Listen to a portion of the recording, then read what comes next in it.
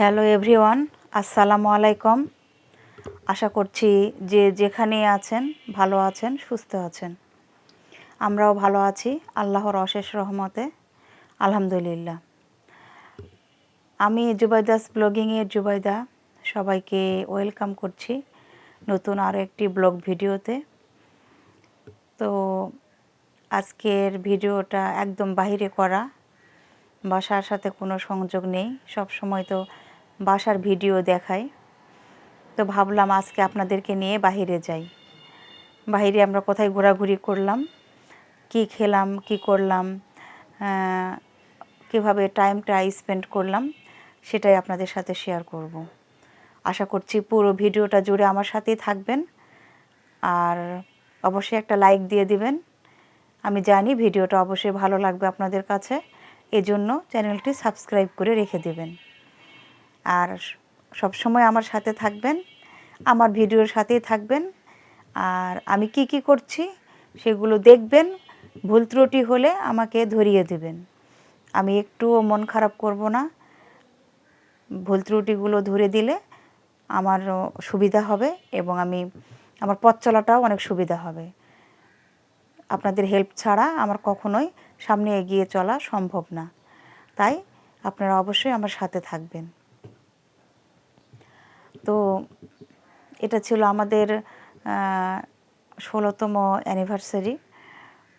তো আমার ছেলে আমাদেরকে ট্রিট দিয়েছে, কারণ ও হচ্ছে টুকটাক একটু ইনকাম করে, কারাটে শেখায়। তো বলল যে আমি আজকে তোমাদেরকে ট্রিট দিব। তো সে আমাদেরকে এখানে নিয়ে গিয়েছে। এটা হচ্ছে শেওড়াপাড়া। যারা ঢাকাতে আছেন, ঢাকার মিরপুরে, তারা চিনবেন। তো এটা হচ্ছে শেপ রুপটপ রেস্টুরেন্ট। এখানে সব ধরনের পার্টি করা যায়, বিয়ে থেকে শুরু করে জন্মদিন, আর এমনিতে তো সব কিছু আছেই। চাইনিজ আইটেম, যে আইটেম খেতে চাইবেন ওনারা ইনস্ট্যান্ট বানিয়ে দেন। পরিবেশটা খুবই সুন্দর, পিকচার উঠানোর জন্য একদম পারফেক্ট প্লেস। টাইম স্পেন্ড করবেন, খুবই সুন্দর জায়গা। মানে বেশ সময় ধরে উপভোগ করার, প্রকৃতির কাছাকাছি থেকে যে একটা সময় কাটানোর যে একটা ব্যাপার, সেই ফিলটা এখানে আসলে অবশ্যই পাবেন। শীতের সময় এখনও বেশ ভালো, গরমের সময় হলেও তো কোনো কথাই নেই। সব সময় তো আসলে রেস্টুরেন্টগুলো মানে ঘরের মধ্যে, তো ওগুলো আসলে ভালো লাগে না। সব সময় বন্দি খাঁচায়, বাসার মধ্যেও বন্দি খাঁচায় থাকতে হয়। আবার বাইরে যে কোথাও ভালো একটা রেস্টুরেন্টে যাব খাওয়া দাওয়ার জন্য, তো সেখানেও বন্দি খাঁচা ভালো লাগে না। এজন্য আমরা একদম মানে ছাদে চলে এসেছি। ও রুমের ব্যবস্থাও আছে, যে ওখানে বসে খাওয়ার সব রকমই সিস্টেম আছে। তো আমরা পুরোটা মানে ঘুরে দেখলাম, খুবই ভালো লেগেছে। দোলনা আছে, বাচ্চাদের প্লে জোন আছে। তো সব কিছু ঘোরাফেরা করার পরে ফটো সেশন করলাম। তো করার পরে এখন মনে হলো যে বেশ অনেকটা রাত হয়ে গিয়েছে, তো আমরা খাওয়া দাওয়াটা সেরে ফেলি। তো আমরা তো আসলে ডিনার করার জন্যই গিয়েছি, একটু আগে বের হয়েছি আর্লি। তো মাহির আব্বু অফিস থেকে আসলো, বলল যে তোমরা অমুক জায়গায় চলে আসো, আমি সেখান থেকে তোমাদেরকে পিক করব। তো আমি আর আমার ছেলে তো গেলাম। আর এই যে আমরা মেনু বুক দেখছি যে কি অর্ডার দেওয়া যায়। তো এখানে দেখলাম সব ধরনের আইটেম আছে, যে যেটা পছন্দ করে ইনস্ট্যান্ট ওনারা বানিয়ে দিবেন। ভালো লেগেছে আমার কাছে, যার যেটা পছন্দ। তো এখানে হচ্ছে যে হচ্ছে মানে এখন শীতের সময় যদি কেউ গ্রিল কাবাব এগুলো খেতে চায়, সেগুলোও কিন্তু খুব ভালোভাবে খেতে পারবে। সব ধরনের জিনিস আছে উপভোগ করার জন্য। চাইনিজ আইটেম আছে, কন্টিনেন্টাল খাবার আছে, স্ন্যাক্স আছে, সব রকমই আছে। আসলে এটা মানে কি বলবো, আমার ভালো লেগেছে। আর জায়গাটা অনেক বড়, খুবই ভালো লেগেছে আমার কাছে। যারা যান নাই তারা একবার ঘুরে আসতে পারেন। মানে খাবার ভালো, আমি সবই বলবো ভিডিওতে, কোন খাবারটা ভালো, কোনটা কেমন, কোনটা অর্ডার দিলে ভালো হয়, তো আমি আপনাদের সাথে ওটা শেয়ার করব অবশ্যই। আর এই যে আমরা মানে খাবার অর্ডার দিয়েছি, দেওয়ার পরে এই যে বসে আছি আমরা মা ছেলে, আর বাবা ভিডিও করছে। তো কাবাব কিভাবে বানাচ্ছে সেটার ভিডিওটাও আছে, আমি আপনাদেরকে দেখাবো পরে, ভিডিওর পরে একটু থাকছে, তো দেখতে থাকেন। আশা করছি ভিডিওটা ভালো লাগবে। তো ভিডিওটা ভালো লাগলে অবশ্যই কিন্তু একটা লাইক দিবেন, লাইক দিতে কিন্তু ভুলবেন না, কারণ অনেকেই ব্লগ ভিডিও দেখতে খুব ভালোবাসেন, তাদের কাছে পৌঁছে যাবে আমার এই ভিডিওটি। প্লিজ আমাকে এটুকু সাহায্য আপনাদের করতেই হবে, অবশ্যই কিন্তু একটা করে লাইক দিয়ে যাবেন। তো আমরা থাই স্যুপ নিয়েছি আর অন্থন নিয়েছি অ্যাপিটাইজার হিসেবে। অন্থনটা খুব ভালো ছিল, একদম মুচমুচে, খুবই টেস্টি। থাই স্যুপটাও বেশ মজার। তবে আমরা অন্যান্য জায়গাতেও খেয়েছি, এখানে